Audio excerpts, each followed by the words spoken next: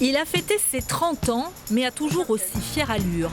Le Cigare Rouge est un bateau mythique construit au début des années 90 pour Jean-Luc Vandeneyde. Avec lui, le marin termine deuxième du Vendée Globe 92. 4 ans plus tard, c'est une femme qui en prend la barre pour son premier tour du monde. Elle s'appelle Catherine Chabot. Quand j'ai su que le bateau de VDH était disponible, j'ai craqué. Alors c'est vrai que c'est une folie. J'aime bien la folie. Oui, c'est un peu fou. C'est fou. Ce qui est fou, c'est de l'avoir décidé, mais je ne regrette pas mon choix.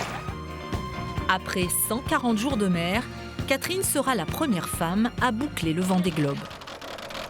25 ans plus tard, la voilà prête à repartir sur le Cigare Rouge.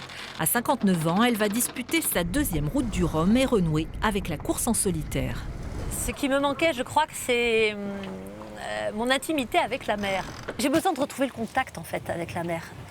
J'ai besoin de me retrouver seule parce que ces dernières années, j'ai navigué toujours en équipage, en double. Et j'ai pas la même relation avec la mer, avec mon bateau, que quand je suis toute seule, que quand on est deux, c'est normal.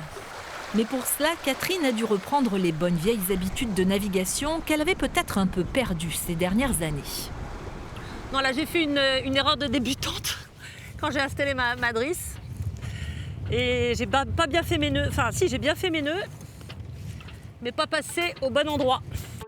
Car depuis 2019, Catherine Chabot est députée européen. Comme je dis souvent, je n'ai jamais autant parlé de la mer et aussi peu pratiqué. Sollicitée à 3 reprises pour être candidate, elle avait d'abord refusé avant de se laisser convaincre il y a 3 ans pour une raison essentielle. À Strasbourg, elle peut défendre la cause des océans. Il y a urgence. Tous les phénomènes météorologiques extrêmes que nous connaissons puisent leur énergie du réchauffement de l'océan en profondeur, une conséquence directe des impacts du réchauffement climatique avec l'élévation du niveau de la mer et l'acidification. C'est ici que je peux faire avancer les sujets que je porte, mettre en lumière tous les enjeux liés à la mer. Et au contraire, plus que jamais, je crois que c'était une bonne idée.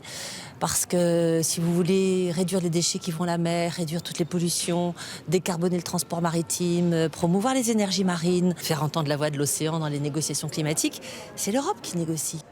En 3 ans, elle a réussi à faire avancer des dossiers importants comme le transport à la voile ou le rôle des écosystèmes marins dans le changement climatique. Des thématiques qu'elle défendra aussi à l'occasion de la route du Rhum.